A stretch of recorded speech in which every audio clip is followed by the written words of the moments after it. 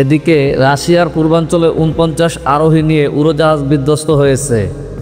বৃহস্পতিবার ২৪ জুলাই দুপুরে নিয়ন্ত্রণ কক্ষের সঙ্গে উড়োজাহাজটির যোগাযোগ বিচ্ছিন্ন হয়ে যায়।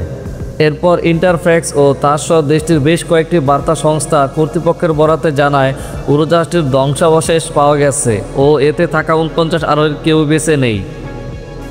ব্রিটিশ বার্তা সংস্থা রয়টার্স বলেছে, স্থানীয় জরুরি ব্যবস্থাপনা মন্ত্রণালয় জানিয়েছে সাইবেরিয়া ভিত্তিক এয়ারলাইন আঙ্গারা পরিচালিত An-24 মডেলের উড়োজাহাজটি চীনের সীমান্তবর্তী আমুর অঞ্চলে যাচ্ছিল।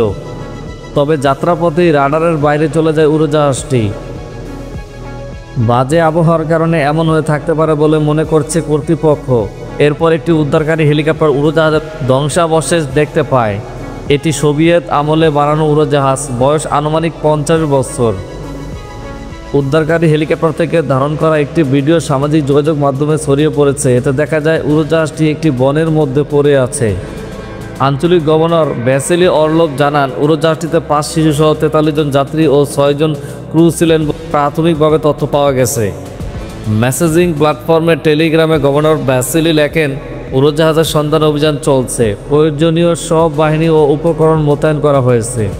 এদিকে জরুরি ব্যবস্থাপনা মন্ত্রণালয় বলছে উড়োজাহাজটিতে আরোহীর সংখ্যা কিছুটা কম, প্রায় ৪০ জনের মতো।